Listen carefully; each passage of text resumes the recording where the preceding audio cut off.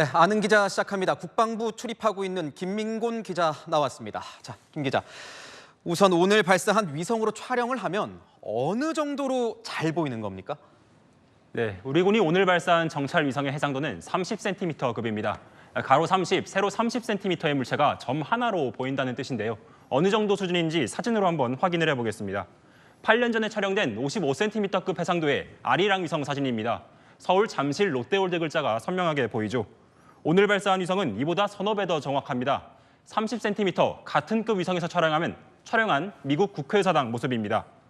차량의 색깔이나 종류부터 건물의 창문 위치까지 구체적으로 볼 수가 있습니다. 뉴욕에 있는 유엔 본부도 보면 옥상에 눈이 녹아있는 흔적 하나까지도 관찰을 할 수가 있습니다. 이 정도의 해상도로 어떻게 촬영을 하는 겁니까? 네, 우리 정찰위성은 지구를 남북 방향으로 오갑니다. 400에서 600km 고도에서 낮에는 북쪽으로 올라가면서 촬영을 하고 햇빛이 없는 밤에는 적외선 장비를 이용해 남쪽에서 내려오면서 하루에 2번씩 촬영을 합니다. 앞서 지난달에는 북한이 이 정찰 위성을 발사하지 않았습니까? 위성의 핵심은 해상도일 텐데 북한보다도 훨씬 나은 수준이라고 할 수 있는 겁니까? 사실은 비교가 불가능한 수준입니다. 위성의 수준은 무게와 통상 비례를 합니다. 북한이 지난달에 발사한 만리경 1호는 300kg급으로 추정이 됩니다. 우리 위성 무게인 800kg의 절반도 되지가 않습니다. 그래서 해상도 역시 3m급으로 우리 위성의 100분의 1 수준입니다. 이게 어느 정도 차이인지 역시 사진으로 한번 살펴보겠습니다. 스페인의 석유터미널 모습입니다. 왼쪽이 북한과 같은 3m, 오른쪽은 30cm 해상도입니다. 왼쪽과 달리 오른쪽은 유류탱크 하나하나뿐만 아니라 회사 이름까지도 알 수가 있습니다. 다른 사진들을 보더라도 3m와 30cm 얻을 수 있는 정보 자체가 다릅니다.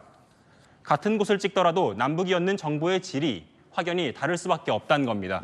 그렇군요. 자, 북한도 러시아에서 이 기술을 확보하면서 위성 개발에 열을 올리고 있는 건데 그야말로 남북한 위성 경쟁에 더 불이 붙었다. 이렇게 표현을 할 수도 있겠군요.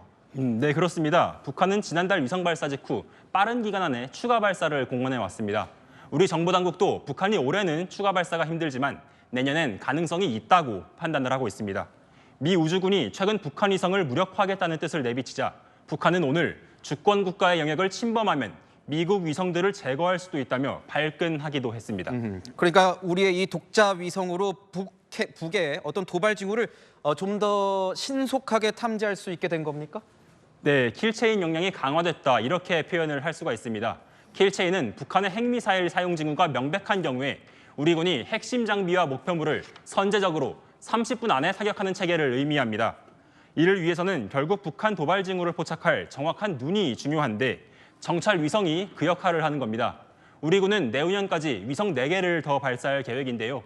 오늘 발사한 위성이 쉽게 말해 카메라를 이용하는 만큼 날씨가 좋지 않으면 촬영이 어려울 수 있습니다.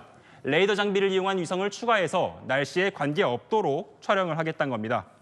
위성 5기가 모두 갖춰지면 북한의 같은 지점을 2시간 단위로 감시할 수 있다는 게 우리 군의 설명입니다. 네, 지금까지 아는 기자였습니다.